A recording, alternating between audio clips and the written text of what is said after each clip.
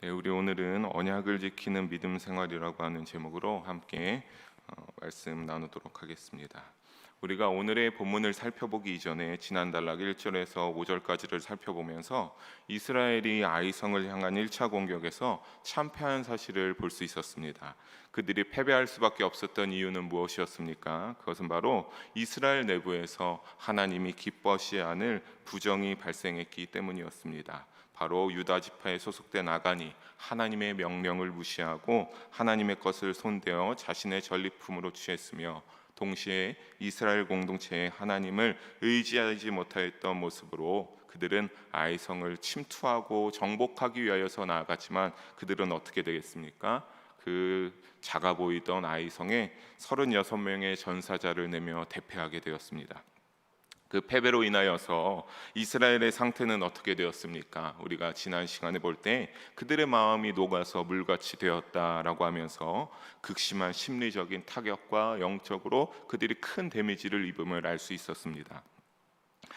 그 전에 여리고성에서의 전투를 살펴보면 우리는 그때 이스라엘 백성들이 하는 것은 그냥 하나님의 명령에 순종하고, 하나님이 그 튼튼한 철옹성 같은 여리고성을 하나님의 능력으로 순전히 정복하여 얻을 수 있게 하신 그 승리를 누리는 것을 볼 수 있었습니다. 하지만 이번에는 전사자가 발생하게 되고, 더군다나 직접 칼과 창을 들고서 아이성을 향하여서 진격하는 그 이스라엘의 가나안을 향한 여정에서의 첫 전투였는데, 거기에서 패배했으니 이스라엘은 한참 물올라 있던 전쟁에 대한 용기마저도 아이성에게 패하게 되면서 모든 것을 다 용기마저 상실하게 되었습니다.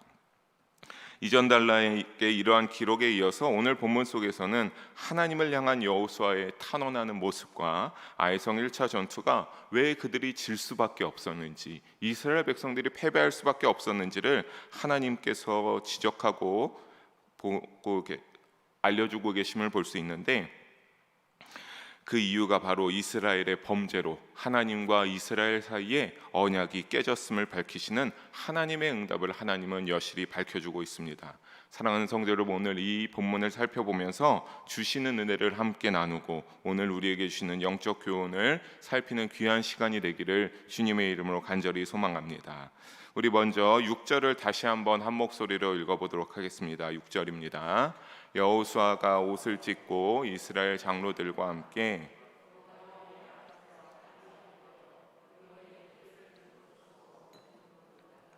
아멘. 여호수아와 이스라엘 장로들이 아이성 전투에서 패한 다음에 실패함으로 어떤 모습을 취하고 있음을 6절에서 보도하고 있습니까? 그들이 옷을 찢고 머리에 티끌을 뒤집어 쓰고 여호와의 궤 앞에서 날이 저물 때까지 그 가운데서 일어나지 못하고 엎드려 있는 모습을 보여주고 있습니다. 옷을 찢고 머리에 티끌을 뒤집어 쓴다라고 하는 것은 고대 근동 행위에서 둘 다 흔히 있는 애통의 표시로서 그들이 취하는 행동이었습니다. 특히나 우리가 여기에서 두 번째 행동, 머리에 티끌을 뒤집어 쓴다라고 하는 이 행위는 말로 표현할 수 없는 수모를 당했을 때 취하는 그러한 행동이었습니다. 그러면서 동시에 회개를 나타내는 행위의 모습도 여기에서는 의미하며 보여주고 있습니다. 즉 장로들까지 참여하여 국가적인 애도의식을 거행하면서 하나님을 향하여서 이들이 어떻게 하는 걸 알 수 있습니까? 자신들의 모든 것을 내려놓고 가장 볼품없는 모습으로 하나님 앞에 제일 먼저 자신들을 낮추고 있는 모습을 볼 수 있습니다. 전사자도 생기고 전쟁도 패한 마당에서 장로들까지 나와서 아주 국가적으로 크게 나와서 이들이 다 하나님 앞에 제일 먼저 엎드려야 했던 이유는 무엇에 있겠습니까? 분명히 그들에게 전사자가 발생하고 그들이 전쟁에서 패하게 된 것도 분명히 있을 것입니다. 얼마나 그 36명의 사람이 사망하게 되었으니 얼마나 속상하고 슬픈 일이겠습니까? 하지만 그렇다고 해서 이렇게 국가적인 것으로서 크게 지도자와 장로들이 옷을 찢고 머리에 티끌을 올리면서 하나님 앞에 이렇게 나온다는 것은 그것보다 이들에게 어떠한 영적인 문제가 있었음을 깨달았기 때문입니다. 작전의 실패 또는 군사력이 너무 부족했던 그런 인간적인 요소의 문제가 있음이 아니라 하나님 앞에 자신들이 혹시나 우리가 놓치고 있었던 하나님과 우리 사이에서 캐치하지 못했던 어떤 문제가 있음을 이들이 알게 되었던 것입니다. 우리도 삶에서 종종 이러한 경우가 있습니다.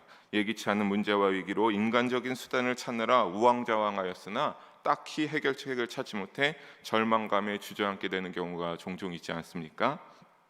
사랑하는 성도 여러분, 그때 우리는 어떻게 했습니까?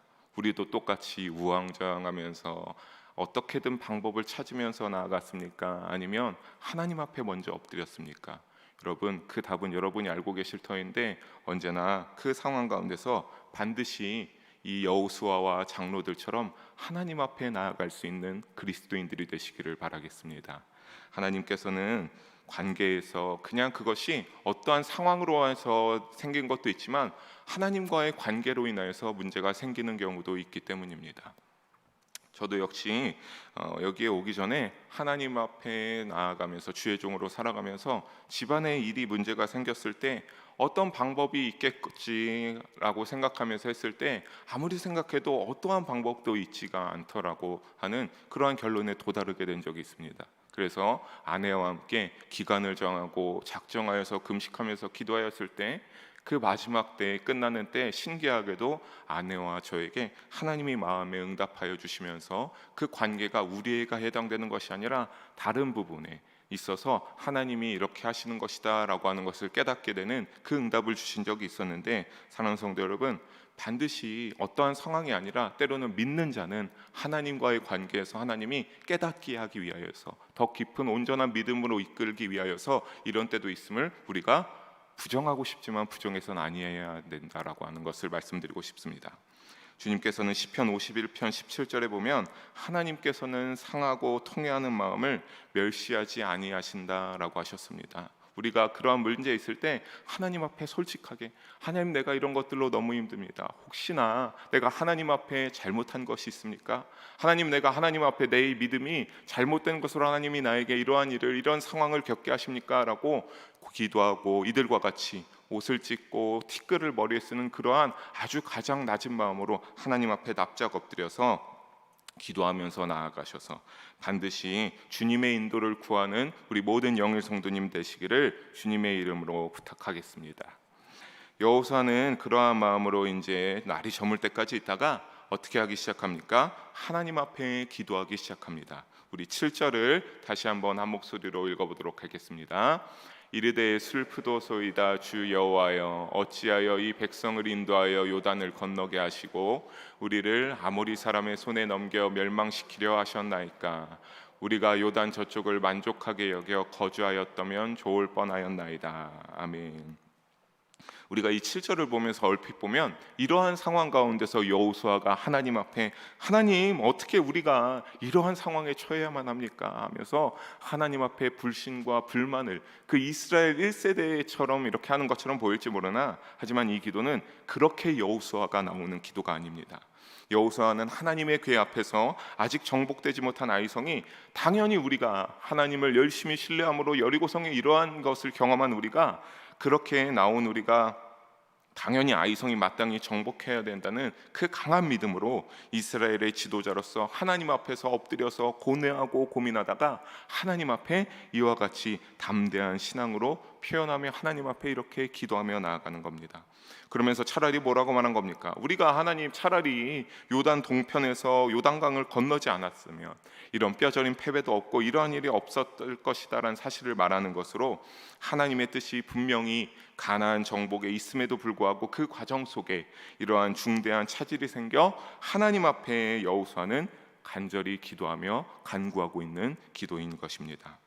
여호수아는 그런데 더욱 하나님 앞에서 할 말이 없습니다. 우리 8절과 9절을 읽어보도록 하겠습니다. 주여, 이스라엘이 그의 원수들 앞에서 돌아섰으니 내가 무슨 말을 하오리이까. 가나안 사람과 이 땅의 모든 사람들이 듣고 우리를 둘러싸고 우리 이름을 세상에서 끊으리니 주의 크신 이름을 위하여 어떻게 하시려 하나이까 하니. 아멘. 여리고성을 정복한 이후에 이들은 아이성을 정복하면서 더욱더 전진해야 마땅한 상황인데, 우리가 8절에 보면 어떻게 하였습니까? 이스라엘 백성들이 적 앞에서 등을 돌렸다라고 하는 것은 결국 하나님의 백성으로 자부심과 용기를 상실한 나약함을 대변하는 의미입니다. 그래서 여호수아는 할 말이 없지만, 여호수아는 이 패배한 것도 문제이지만 9절에 보면 뭐라고 말하고 있습니까? 하나님께서 우리가 이 전쟁을, 아이성을 패배함으로써 가져올 결과가 너무나 여호수아에겐 마음에 신경이 쓰이는 문제입니다. 9절에 본 것처럼 이것이 가나안 사람들에게는 무엇이기 때문입니까? 희소식이고 그들이 이스라엘 군사력이 작은 아이성도 정복하지 못한다라고 하는 그 강하지 않다는 것을 반증하는 것이 되어버리기 때문입니다. 그래서 만약에 가나안 거민들이 이것이 이 희소식을 듣고 그들이 뭉쳐서 이스라엘을 끊어버리면, 그런 것 중에 여호수아가 제일 걱정하는 것은 후반절에 무엇입니까? 우리가 후반절을 다시 읽으면 주의 크신 이름을 위하여 어떻게 하시려 하나이까 아니라고 하고 있습니다. 하나님, 우리가 이렇게 되어서 주의 크신 이름이, 우리의 이러한 일들로 인하여서 하나님의 이름이 평가절하되고 손상되면 어떻게 할 것인가라고 여호수아는 걱정하고 있는 것입니다. 하나님의 이름이 세상에서 능멸받게 될 것을 염려하여 이 위기에서 건져주시기를 주님 앞에 여호수아는 호소하고 있습니다. 사랑하는 성도 여러분, 이것이 참된 믿는 자로서의 모습인 줄로 믿습니다. 어려운 것들 가운데, 여러 상황들 가운데 나의 그러한 처한 어려움 속에서 혹여나 나의 이러한 일들로 인하여서 하나님의 이름이 훼손되면 어떡하나, 나의 이러한 잘못된 것들로 인하여서 하나님의 죄악이 가려지면 어떡하나라고 하는 그 여호수아의 모습은 참된 믿는 자로서의 모습입니다. 우리도 똑같이 이 세상에 살아가면서 우리가 예수님을 통하여서 그 십자가 보혈의 은혜로서 우리가 죄에서 구원함을 얻어 빛 가운데로 나아가 구원의 축복을 누릴 수 있는 그 티켓들을 우리 마음속에 누구든지 다 가지고 있다라고 한다면, 그렇다면 우리도 참 성도가 되었다면 우리의 안위나 영광보다는 하나님의 이름을 먼저 생각하고 위하여야 할 줄로 믿으시기 바랍니다. 그렇게 한다면 하나님이 어떻게 하시겠습니까? 하나님이 그렇게 자신의 이름을 위하여, 자신의 영광을 위하여 사는 자에게 긍휼과 은혜를 베푸시지 않을 수가 없습니다. 생각해 본다면 우리의 삶 가운데 여러분도 누군가 날 위해서 살아간다면 그에게 잘해주고 싶고 보답할 마음이 생기지 않겠습니까? 당연한 일입니다. 그런 것처럼 하나님에게도 마찬가지입니다. 우리가 믿음을 가지고 사는 것도 하나님은 너무나 기뻐하시지만, 하나님께서는 특히 하나님의 이름을 위하여서 희생과 헌신도 주저하지 않는다면 더 큰 은혜를 베풀고 더욱 기뻐하신다라고 하나님께서는 약속하십니다. 실제로 모세도 이스라엘 1세대를 인도하면서 백성들의 하나님을 향한 불평과 불만이 있을 때마다 하나님 앞에 어떻게 나아갔습니까? 엎드리고 기도함으로 다시 은혜를 내려주시는 그 결정적인 역할을 모세가 감당하지 아니하였습니까? 이것을 여호수아도 분명히 잘 보고 배웠을 것입니다. 그래서 오늘 본문 속에 하나님의 이름과 여호와의 영광을 얼마나 소중하게 여겼는가를 우리가 이 여호수아의 모습을 보면서 가늠할 수 있습니다. 사랑하는 성도 여러분, 우리도 언제든지 하나님의 영광을 위하여서 살아갈 수 있기를 소망합니다. 하나님의 이름을 위하는 참 그리스도인들이 되시기를 주님의 이름으로 축원합니다. 그래서 하나님의 긍휼과 은혜가 우리의 삶의 자리 가운데 충만하게 차고 넘치시기를 주님의 이름으로 축복합니다. 하나님은 이와 같은 마음으로 기도하는 여호수아의 기도에 즉각적인 응답을 보여주십니다. 자신의 평판이나 어떤 지도자로서의 체면과 권위가 있을 수도 있는데 그것을 유지하지 않고 오직 기도하여서 이방인들 사이에서 하나님의 이름이 망령되이 불리지 않기를 바라는 간절한 그의 기도에 10절에 뭐라고 말씀하십니까? 여호수아야 일어나라, 어찌하여 너가 이렇게 엎드렸느냐라고 말씀하시며 여호수아에게 말씀하여 주시고 응답하시기 시작하십니다.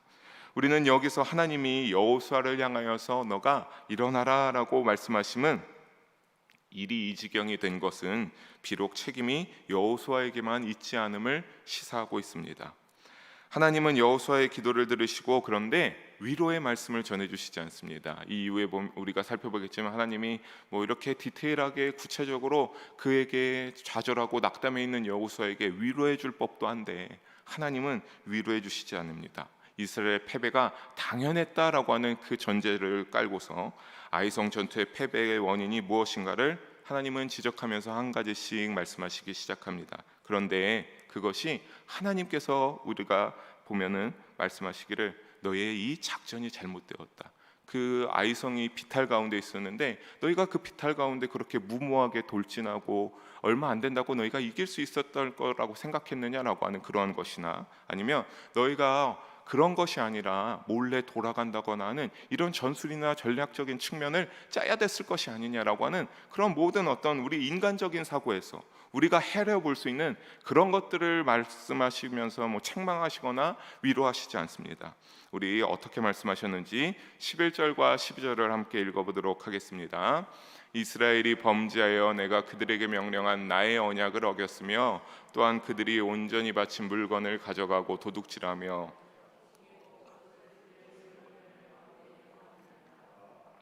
그러므로 이스라엘 자손들이 능히 맞서지 못하고 그 앞에서 돌아섰나니 이는 그들도 온전히 바친 것이 됨이라. 그 온전히 바친 물건을 너희 중에서 멸하지 아니하면 내가 다시는 너와 함께 하나. 아멘. 이스라엘이 어떻게 하였다라고 말씀하고 있습니까? 너희가 내 앞에서 범죄하였다. 너희가 잘못한 것이 아니라 너희가 나의 앞에서 내가 보기에 너희가 참으로 큰 죄를 지었다라고 말씀하고 있습니다. 그러니까 실제로 우리가 이 부분을 우리는 말씀을 보면서 알지만 우리가 보기에 이것은 분명히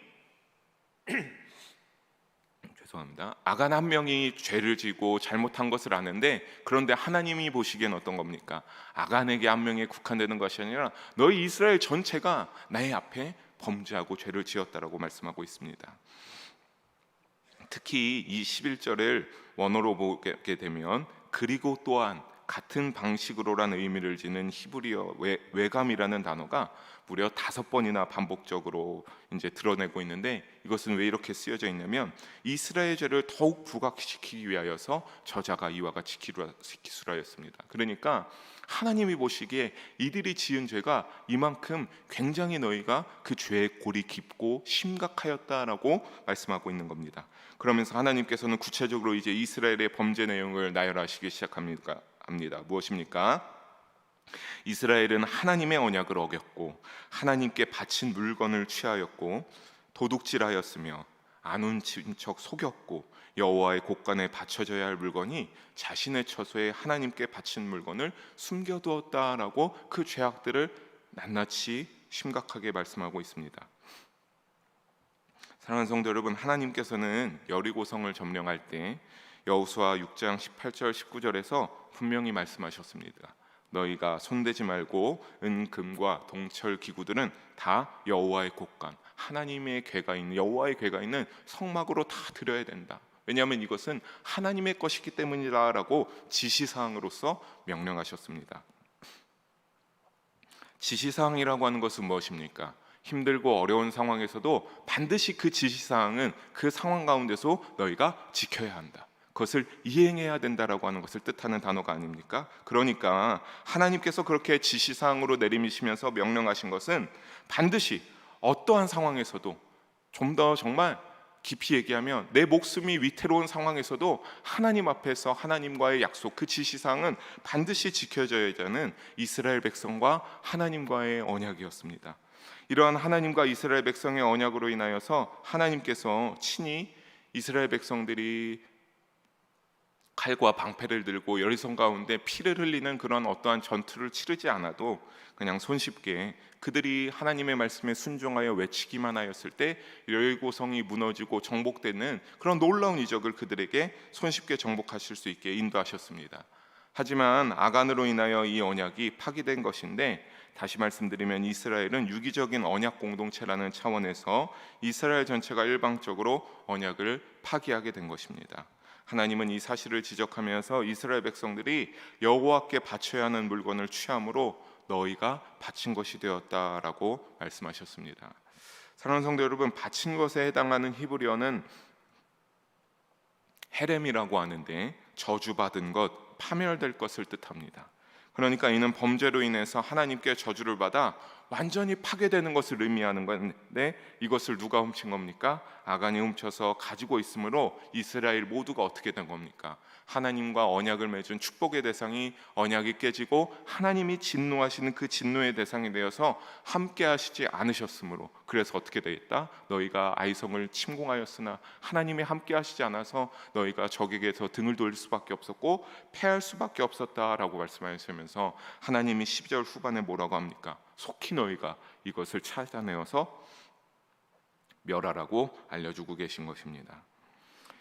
사랑하는 성도 여러분, 하나님의 명령을 어긴 저주를 받은 물건을 철저히 없애지 아니하면, 우리가 더 여기서 사실 12절에서 저는 조금 무서웠던 것이 뭐냐면, 너희가 그 저주받은 물것을 철저히 없애지 아니하면 다시는 함께하지 않는 하나님이 떠나버리는 더 무서운 결과를 초래할 수 있음을 하나님은 이들에게 경고하십니다.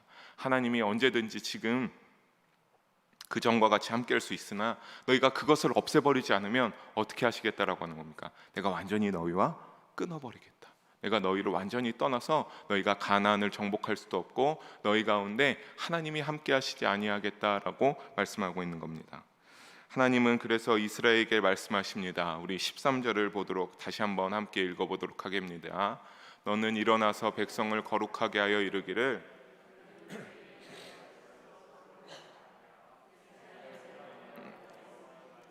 이스라엘아 너희 가운데 온전히 바친 물건이 있나니 너희가 그 온전히 바친 물건을 너희 가운데서 제하기까지는 내 원수들 앞에 능히 맞서지 못하리라. 아멘. 먼저 일어나라 라고 명령하십니다. 이스라엘 백성들아 다시 일어나라. 여기서 일어나라라고 명령하신 것은 너희가 이제 무엇입니까? 이 심각했던 죄를 알려주고 알게 되었으니 그 죄의 자리에서 머물지 말고 새로운 마음과 결심으로 새롭게 시작할 것을 하나님께서 그들을 향하여서 명령하시고 계신 것입니다.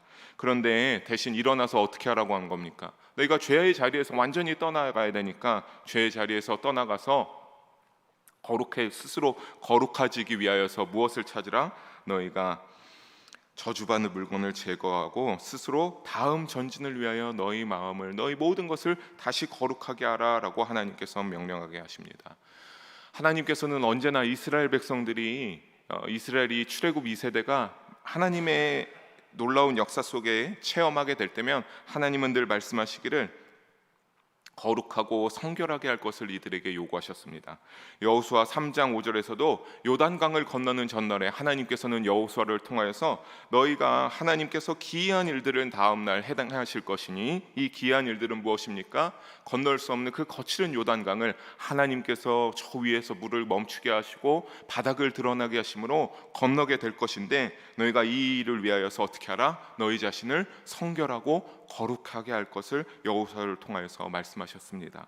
그러므로 아이성 패전의 원인인 이 시점에도 거룩하고 성결하지 못한 것을 빨리 뽑아버리지 못하면 원수들 앞에 능히 맞서지 못하고 질 수밖에 없다라고 하나님께서는 말씀하셨습니다. 사랑하는 성도 여러분, 우리가 여기서 알 수 있는 것은 사실 무엇입니까? 여러분, 이와 같이 반드시 우리에게서는 아주 작은 죄악일지라도 우리 개개인의 인생의 믿음의 여정 가운데서 반드시 뽑아버려야 될 줄로 믿으시기 바랍니다. 우리는 미처 나약하고 연약해서 우리는 여전히 원죄의 속성이 있어서 찾아내고 무엇인지 알 수 없을지 모르지만 하나님께서는 늘 요청하시는 것이 무엇입니까? 너희가 거룩하기 위하여서 나에게 말씀을 붙잡고 그 말씀을 붙잡고 기도함으로써 너희가 그 작은 죄악까지도 다 찾아내어서 너희가 다 뽑아내어서 내 앞에서 어떻게 하라? 스스로 거룩하고 성결해지라고 오늘날 우리에게도 동일하게 명령하고 계신 것입니다. 반드시 그렇게 될 때에 주님이 우리와 함께 하시고 우리가 반드시 하나님 나라의 가나안에 들어가게 되는 구원의 축복을 누리게 되기를 주님의 이름으로 간절히 축복하고 소망합니다. 하나님은 이스라엘이 거룩하기 위하여서 그 물건을 제거할 방법을 그래서 이제는 알려주시기 시작합니다. 14절과 15절을 다시 한번 함께 읽어보도록 하겠습니다. 너희는 아침에 너희의 지파대로 가까이 나아오라. 여호와께 뽑히는 그 지파는 그 족속대로 가까이 나아올 것이요 여호와께 뽑히는 족속은 그 가족대로 가까이 나아올 것이요 남자들이 가까이 나올 것이며 온전히 바친 물건을 가진 자로 뽑힌 자를 불사르되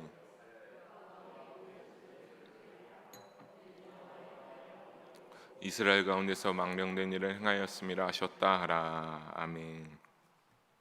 전지전능하신 하나님 앞에 모든 지파가 다 나올 것을 명령하십니다. 그래서 하나님 앞에서 모든 지파가 나와서 제비뽑기를 행하는데, 그 제비뽑기를 해서 뽑히는 지파는 지파대로 하나님 앞에 나오고, 또 그 지파에서 족속대로 나와서 또 뽑힌 족속은 가족대로, 뽑힌 가족은 각 남자대로 나오도록 해서 어떻게 하라고 말씀하십니까?